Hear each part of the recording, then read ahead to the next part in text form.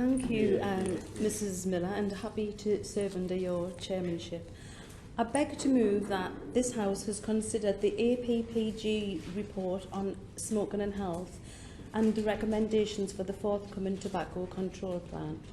In December, the Minister confirmed to Parliament that the Government will publish a new tobacco control plan this year, setting out measures to deliver the smoke-free 2030 ambition in the 2019 Prevention Green Paper. I welcome this announcement. The issue is close to my heart as a former chair of the Gateshead Tobacco Control Alliance. Indeed, in my own area of County Durham, adult smoking prevalence is 17% compared to the 13.9% nationally, rising to 27% among people in routine and manual occupations. 16.8% of mothers smoke during pregnancy compared to 10.4% in England. And smoking in County Durham has an annual cost to society of approximately £122 million. The Secretary of State himself stated that the extremely challenging ambition of a smoke-free 2030 will not be delivered by business as usual. The new report from the APPG on smoking and health sets out the evidence-based recommendations needed to achieve this ambition. Smoking is responsible for half the difference in life expectancy between rich and poor, and the impact is passed down through generations, with those growing up in smoking households far more likely to become smokers. With 1,500 people dying from smoking-related diseases every week and less than a decade to go to achieve a smoke-free 2030, there's no time to waste. But this won't happen without investment, which is why the key recommendations of the APPG report is for a smoke-free 2030 fund, requiring the tobacco industry to pay for tobacco control. This is the polluters pay approach the government committed to considering in the 2019 Prevention Green Paper. So can the Minister assure me that the proposals put forward by the APPG on smoking and health will be put forward for consideration as part of the forthcoming tobacco control plan? And that in particular, will the government deliver on its commitment to consider a US-style polluter pays approach to fund the tobacco control measures needed to deliver a smoke-free 2030? More investment is needed because the huge gap in smoking prevalence between those in routine and manual occupations and those in other occupations is stubbornly persistent. Ending smoking would lift around 450,000 households out of poverty, including more than 250,000 children and 140,000 pensioners, concentrated in the most disadvantaged parts of the country. This wouldn't just benefit the health and well-being of individuals, but it would also inject money into local economies, showing just how serious the government is about the levelling up agenda.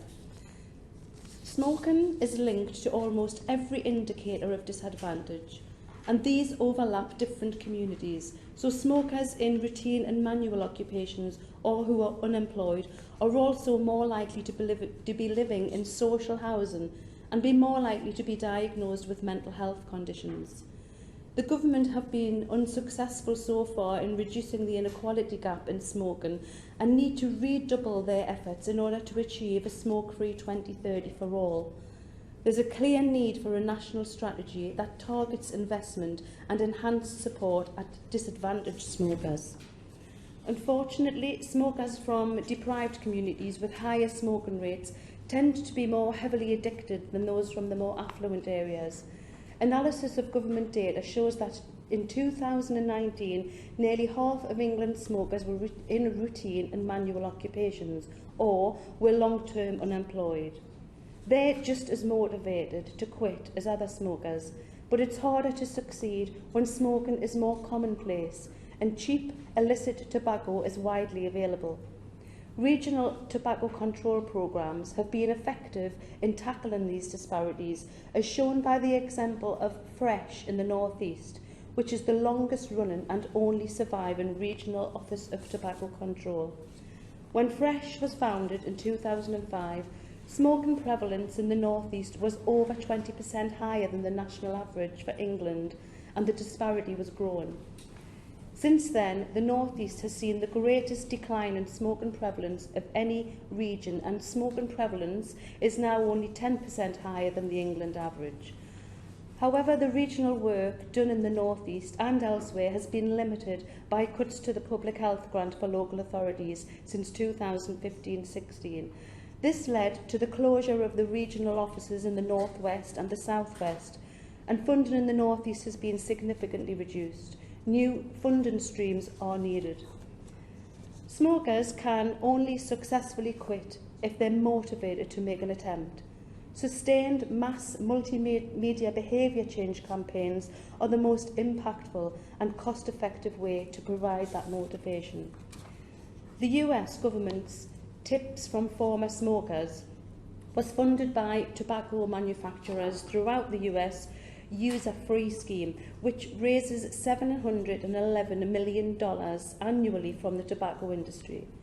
The FDA campaign led to over 500,000 sustained quits in 3 years and was associated with healthcare cost savings of £11,400 million per lifetime quit. Such campaigns have immediate impact and can be targeted with precision at disadvantaged smokers. Yet investment in behaviour change campaigns have fallen year on year in England. This has coincided with a significant decline in the number of adult smokers who've tried to quit.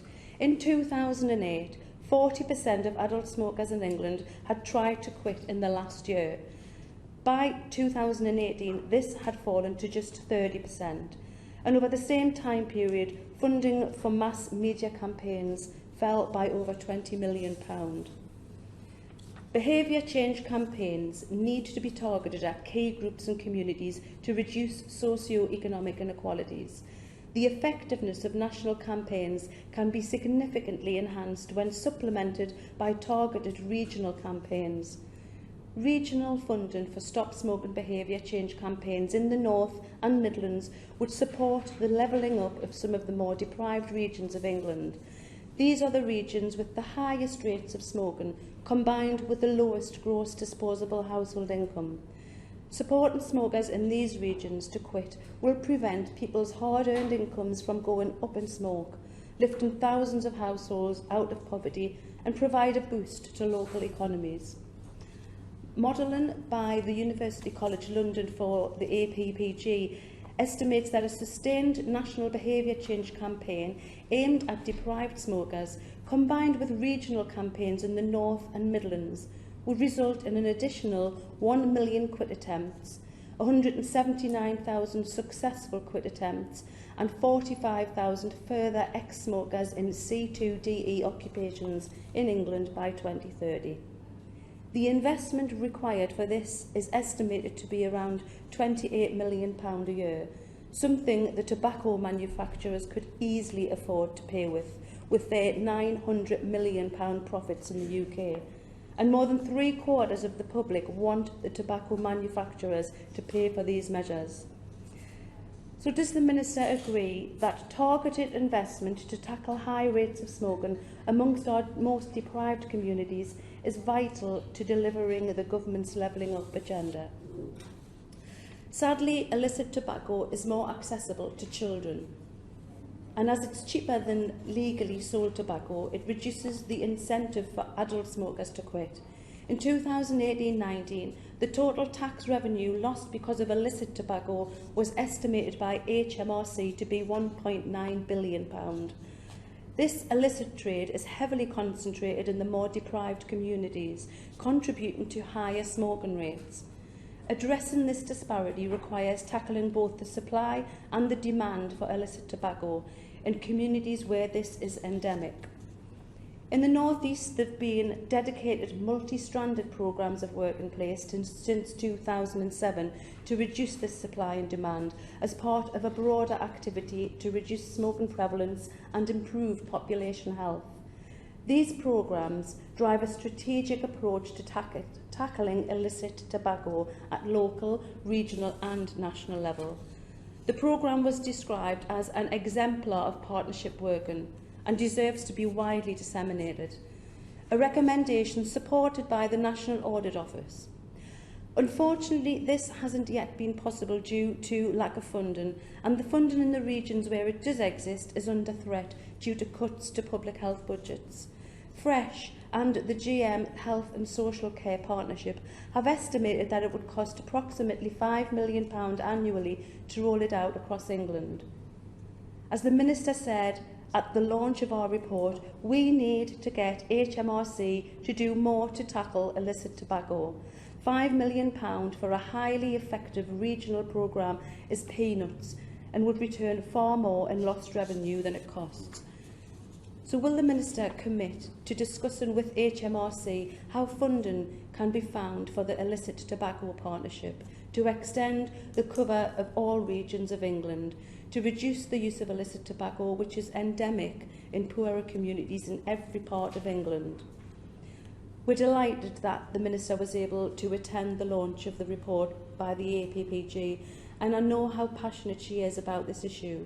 I look forward to hearing her response to our report and recommendations, and I'm confident that if Government can embrace our recommendations in the forthcoming tobacco control plan, then we'll be well on the way to a smoke-free England by 2030.